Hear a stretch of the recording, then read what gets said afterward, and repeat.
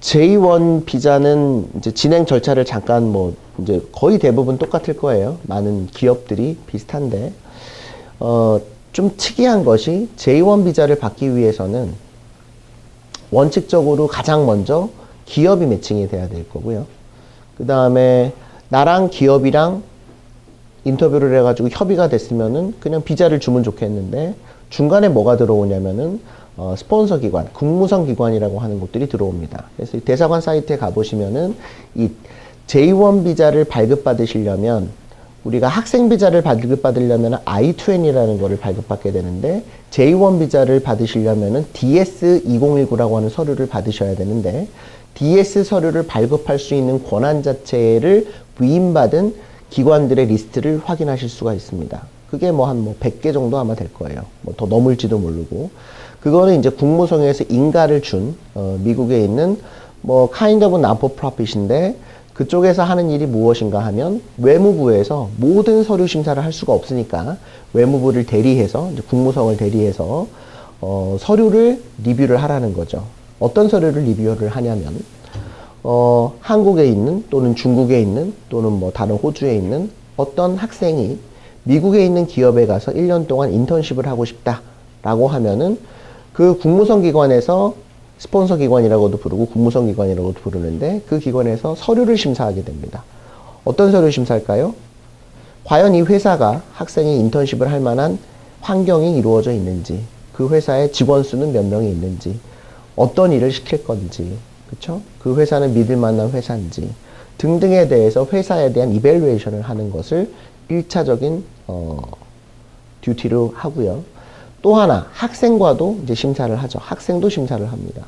그러니까 그 국무성 기관에서는 학생을 왜 가려고 하는지, 취업 목적이 있는 건지 아니면 정말 배우려고 가는 건지, 그리고 가서 어떻게 생활을 할 건지, 이거를 전부 다 평가를 하는 게 이제 그 스폰서 기관, 국무성 기관들이라고 생각을 하시면 되죠. 그래서 학생 비자로 갈 때는 I-20를 발급해 주는 거에 대해서 따로 무슨 추가적인 비용이 들지 않습니다. 학생을 심사하거나 어학원을 심사를 하지 않는다는 거죠. 그냥 학교에서 바로 I-20을 이슈를 해주면 영사관 가서 이 비자 인터뷰만 그냥 하시면 돼요. 그래서 서비스 피만 납부하시면 아무 문제가 없고, 영사관 대사관에다 내는 거. 근데 이제 이 J비자라고 하는 것은 뭐가 들어가냐면, 이게 노동력이 들어가고 미국에서 일을 한다는 어떤 개념이 들어가기 때문에 심사가 까다로워지는 거죠. 그래서 일반적으로는 이제 이런 저희와 같은 에이전트들이죠. 예, 어떤 그런 인턴십을 주관하는 기관들이 있는데, 우리나라에서는 이런 기관들을 등록을 하라고 되어 있어요. 그래서 직업 상담사가 몇 명 이상이 있어야 되고, 그 다음에 자본 규모가 얼마 있어야 되고, 보험을 드러나야 되고 해서 이제 이런 해외 취업과 관련돼서 유료로 돈을 받고 진행하는 경우에 등록을 하라고 되어 있고, 그 등록을 해서 학생들을 이제 모집을 하겠죠. 그러면 학생들의 국문 이력서를 받아서 이제 상담을 하겠죠. 그래서 상담을 한 다음에 미국 팀하고 인터뷰를 진행을 합니다. 저희는 본사는 뉴욕에 있고, 뉴욕, LA, DC 이렇게 다들 실제로 사무실이 있고, 그쪽에 다들 책임자분들이 계시는데, 그러면 기본적으로 이제 뉴욕 팀에서 인터뷰를 해서 학생의 영어 성적과 또 영어 실력과 이런 것들을 간단하게 평가를 하죠. 그리고 나서 이제 이력서를 받아봅니다. 레주메를 받아보고, 레주메와 관련해가지고 이제 정보들을 다 취합을 하고 나면, 그러니까 저희랑 인터뷰하는 건 큰 이슈는 아니죠. 그냥 간단하게 우리는 이제 영어 실력이 얼만큼 되는지, 과연 인턴십을 할 만한 어떤 자세가 됐는지, 그런 것들을 보게 되는 것이고, 그리고 나서 이제 계약을 하게 되고, 이 친구는 우리가, take care 할 수가 있겠다. 그리고 이 친구는 전공을 봤을 때도 괜찮겠다. 여러 가지로. 그러면 이제 인턴십이 시작이 되는 거죠. 그러면 이제 시작이 된과 동시에 우리는 뭐를 요구하냐면 레주메를 요구하는 거죠. 영문 이력서를 우리가 작성해주고 수정해주고, 그래서 처음에 이제 하는 건 뭐예요? 기업과 인터뷰를 잡아주는 거죠. 미국에 있는 기업과. 여기서 하나 조심할 점은 J비자든 H비자든 일과 관련된 비자들은요. 일과 관련된 비자들은 반드시 뭐가 핵심이냐면, 내가 일하려고 하는 직무와 내 전공이 매칭이 돼야 됩니다. 그게 굉장히 중요해요. 아까 제가 서두에 말씀을 드린 H1B라고 하는 취업 비자도 예를 들면 하버드 대학에서 심리학을 전공을 했는데 우리가 공부를 뭐 잘해가지고 하버드 대학을 졸업한 심리학을 전공한 학생이 내가 2학년 때부터 어카운팅에 관심이 있어가지고 회계사 시험도 패스하고 회계법인에서 인턴십도 해가지고 아주 큰 회계법인에 연봉 7만 불로 신입사원으로 입사를 했다. 그게 시민권자라면 아무런 문제가 없죠. 근데 이게 유학생이기 때문에 비자를 받아야 되는데 무슨 비자를 받는다고요? H1이라는 비자를 받아야 된다고요. 미국 내에서는. 왜냐하면 유학생은 미국에서 이미 공부를 한 상태이기 때문에 미국의 문화를 교류하고 자시고 할 게 없으니까 취업 비자를 받아야 되고 그게 H1B라고 하는 비자인데 H1B도 뭐가 중요하냐면 학생의 미국 하버드 대학의 전공과 일하려고 하는 회사에서의 직무가 중요하다는 거죠. 자, 이게 회계팀에서는 이 학생이 똑똑하고 회계에 대해서도 지식도 많고 해서 뽑았단 말이죠. 그런데 이게 리걸팀으로 넘어가는 순간 리걸팀에서는 뭐라고 하냐면 이 학생은 우리 회사에서 일할 수 없다고 하죠. 왜냐하면 전공이 맞지 않기 때문에 이 학생은 H1 비자를 발급할 수 있는 사람이 아니다.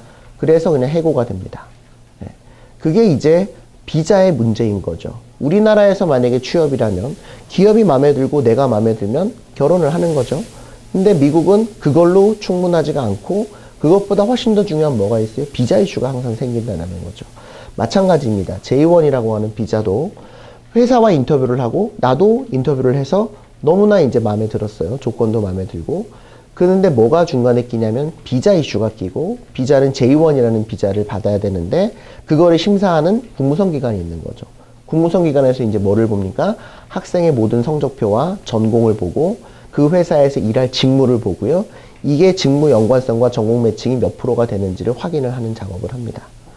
그게 되지 않으면 기업도 오케이, 인턴도 오케이 했지만 DS라는 서류 자체가 발급이 안 되기 때문에 그렇기 때문에 처음에 우리가 진행을 할 때 뭐를 봐요? 학생의 성적표와 학생의 전공을 보고 어느 쪽 기업으로 가고 싶은지를 확인을 한 다음에 이게 매칭이 가능하고 비자가 나올 수가 있겠다라고 판단이 되면 진행을 하지만 그리고 계약을 하지만 그렇지 않고 학생의 전공이 예를 들어서 식품영양학인데 나는 무조건 회계법인으로 가겠습니다.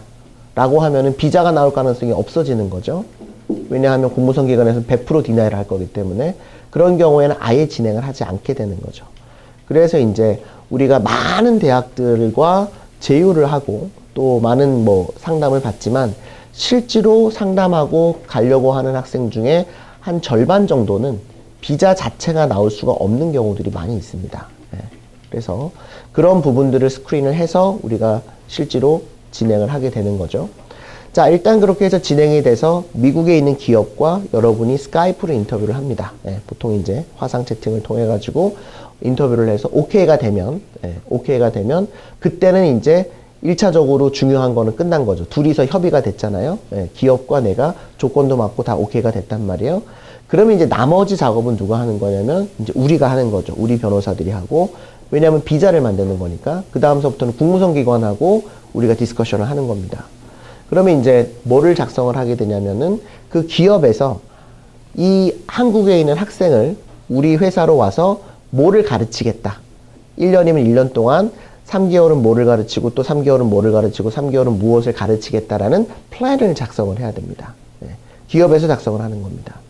그리고 이 플랜이 뭐와 위치해야 돼요? 학생의 전공과 유사성을 가져야 된다는 거죠.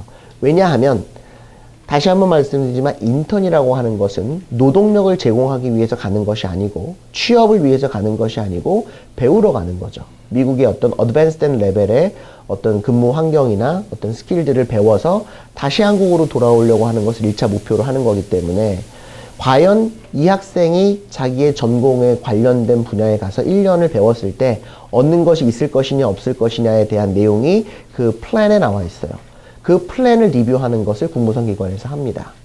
그리고 그 플랜을 리뷰하고 나서 그 회사의 매니저들과 인터뷰를 해요. 과연 이 학생을 데려다가 누가 슈퍼바이징을 할 거냐, 책상은 있느냐, 뭐 등등. 그리고 니네 회사의 웹사이트는 어떻게 되냐, 어떤 뭐 인더스트리냐, 자세하게 회사에 대해서 평가를 합니다. 그리고 나서 이제 누구랑 학생과 인터뷰를 하죠. 학생이 미국 회사를 가려고 하는데 영어 실력이 너무 안 좋다. 그러면은 가서 배울 자세가 안 됐다고 보는 거죠. 그래서 거절이 나는 경우들도 있습니다. 또 학생이 가가지고 당연히 1년 있다가 돌아오려고 하는데 나는 가서 뭐 취업을 하려고 한다거나 인터뷰를 할 때 그런 경우는 없지만 그렇게 이제 조금 황당한 대답을 해버리면 인터뷰에서 국무성 인터뷰에서 거절이 되는 경우들도 있습니다. 자, 그렇게 해서 국무성 인터뷰까지 잡는 데까지가 보통 뭐 한 2달 가까이 걸려요. 그러니까 회사와 인터뷰를 해서 매칭이 되는 데까지 빠르면 뭐 한 1, 2주 만에 되는 경우도 있지만 회사가 바로바로 매칭이 안 될 경우에는 1-2달 이상 걸리는 경우들도 있고요. 회사와 매칭이 되고 나서 국무성 인터뷰를 잡는 데까지 또 한 몇 주가 걸리고 국무성이 이제 기업도 인터뷰를 하고 학생도 인터뷰를 해서 오케이가 되고 나서 DS라는 서류를 발급해 줄 때까지 또 한 4-5주, 뭐 작게는 4-5주, 길게는 또 한 6-7주, 8주까지도 걸립니다. 그렇기 때문에 이 작업이 오래 걸리는 거죠. 그리고 그 작업을 하기 때문에 국무성 기관에서 뭐를 받아요? fee를 받습니다. 그러니까 학생 비자를 받아서 나갈 때는 돈이 하나도 들어가지 않아요. 왜냐하면 내가 튜이션만 내면 I-20을 발급받을 수가 있고 그 I-20을 받는데 비용을 들지 않습니다. 왜냐하면 학비에 다 포함이 되어져 있는 거니까. 그리고 영사 인터뷰 갈 때 뭐 한 100몇십 불만 내면은 서비스 비 내서 이제 비자 인터뷰 해서 F1 비자 받아버리면 되는데 J1 비자를 할 때는 뭐가 들어가요? 국무성 기관에 리뷰가 들어간다는 거죠. 그래서 거기서 자기들이 일한 거에 대한 서비스 차지를 하게 되는 거죠. 그래서 갑자기 비자에 대한 비용이 들어가게 됩니다. 무슨 말인지 이해가 되시겠죠? 그러니까는 H1 비자도 뭐가 있냐면은 이민국에다가 제출하는 금액이 있어요. 그게 거의 2,000불 정도 가까이 되거든요. 그런 비용이 드는데 이거는 국무성 기관에서 받아가는 비용이 이제 천차만별입니다. 어떤 국무성 기관은 이거를 뭐 3-4천불 넘게 받는 기관도 있고 어떤 국무성 기관은 뭐 한 1,500불, 2,000불 받는 기관도 있고 기관마다 달라요. 그리고 서비스도 다 다르고 팔러시도 다릅니다. 어떤 데는 영문 홈페이지가 없으면 안 된다 그러고 어떤 데는 영문 브로셔가 없으면 안 된다 그러고 어떤 데는 매니저 이상하고 인터뷰를 해야 된다 그러고 어떤 데는 직원이 50명 이하면 안 된다 그러고 그 어떤 국무성 기관과 제휴를 해서 진행을 하느냐에 따라서 DS 서류가 나오기도 하고 안 나오기도 하는 거죠. 그래서 그것이 어떻게 보면은 노하우일 수도 있을 거고요. 그래서 또 국무성 기관이 아무 인턴십 업체나 이런 에이전트들과 제휴를 해주는 게 아니기 때문에 그런 것들을 이제 고려를 하셔서 DS 서류를 드디어 이제 집으로 받으시죠. 뭐 아니면 뭐 우리 사무실로 받던지 해서 그 DS 서류를 갖고서 영사 인터뷰를 가는 겁니다. 영사 인터뷰 할 때도 이제 뭐 준비할 서류들이 있겠죠. 뭐 재정 보증이나 뭐 이런 것들. 근데 보통은 요즘에는 DS 서류를 받고 나서 영사 인터뷰에서 떨어지시는 분들은 거의 없으세요. 그래서 오히려 학생 비자는 I-20을 받고 나서 영사 인터뷰를 가서 떨어지는 경우들이 좀 많이 있는 편인데 J1 비자는 상대적으로 디나이 되는 경우가 많지 않습니다. 그리고 이제 출국을 하게 되는 거죠. 그러니까 이 과정이 그렇게 간단하지가 않은 거죠. 그래서 보통 뭐 짧게는 한 2개월, 길게는 4개월, 5개월도 걸리는 경우들이 많고요. 그래서 이제 여기에 대한 서비스 어떤 비용들이 이렇게 이제 보통들은 책정이 돼요. 그래서 기업을 매칭해주는 비용, 그쵸?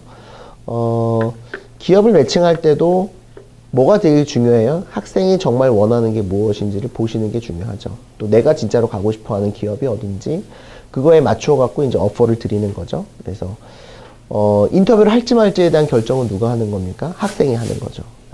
내가 이런 기업이 있는데, 이런 기업을 가서 인턴십을 하고 싶은지를 미국 팀에서 물어보면, 나는 이 회사는 싫다. 그러면 또 기다렸다가 다른 회사의 오퍼를 받고, 다른 회사의 오퍼를 받아서, 뭐, 오케이 해갖고 인터뷰를 했는데 떨어지는 경우들도 꽤 많이 있죠. 왜냐면 HR 매니저나 뭐 그쪽 회사랑 인터뷰를 했는데 떨어지는 경우도 있어요. 그러니까 어떨 때는 내가 싫어서 안 가는 회사들도 있고, 어떨 때는 그 기업에서 싫어가지고 오지 말라고 하는 경우들도 있죠. 그러니까는 그 시간들이 또 꽤 오래 걸리는 경우들도 있습니다. 오케이. 그래서 이제 DS700이라고 아까 트레이닝 플랜을 작성을 하고 이제 변호사 리뷰를 하고 그런 비용도 또 차지가 되고 DS2019를 국무성 기관에서 이슈를 하기 때문에 그쪽에서 받아가는 또 피가 있고 뭐 등등 이런 비용들이 많이 들어가서 우리가 생각할 때 F1 비자는 돈이 하나도 안 들어가는데 J1 비자는 이 프로세스 비용 자체가 보통 뭐 일반적으로 한 400만 원 이상을 받는 게 일반적이죠. 그래서 참고하시면 될 것 같고요.